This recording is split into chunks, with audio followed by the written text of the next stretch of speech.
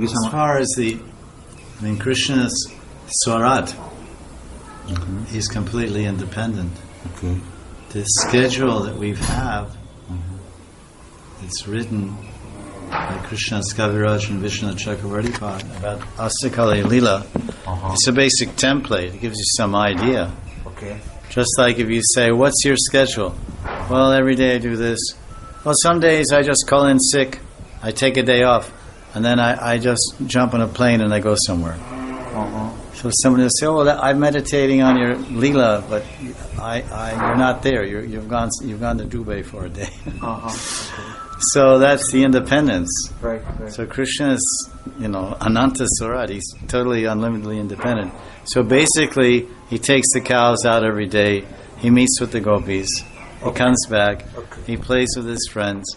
He eats dinner with his parents. He sees some entertainment. He sneaks out at night. He dances and plays all night with the gopis. And then he comes back in the morning. And he goes out.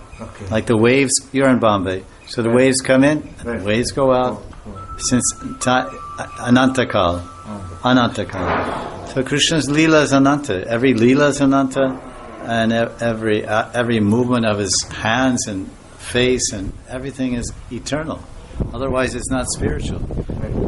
It says in Gita, Nasato Bhavato Bhavya. It says that which is eternal, that which is real is eternal, and that which is temporary is unreal. It's Nasato Bhavat. Nasat and Asat. So the Krishna is eternal, and everything is Nitya. Satchidanand. So every aspect, the grass is eternal, the flowers, everything is eternal.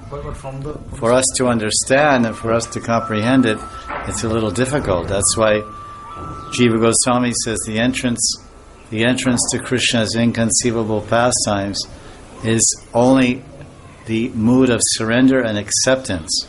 It's called a Chintya Shakti. Krishna has a Chintya Shakti. He has, as you know, a Chintya means I can't understand, I can't think of this power he has. It's beyond tarka and beyond naya. It's beyond logic and beyond argument. It's a Paurusheya, transcendental.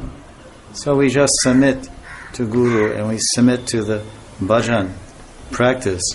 And then Krishna does the rest.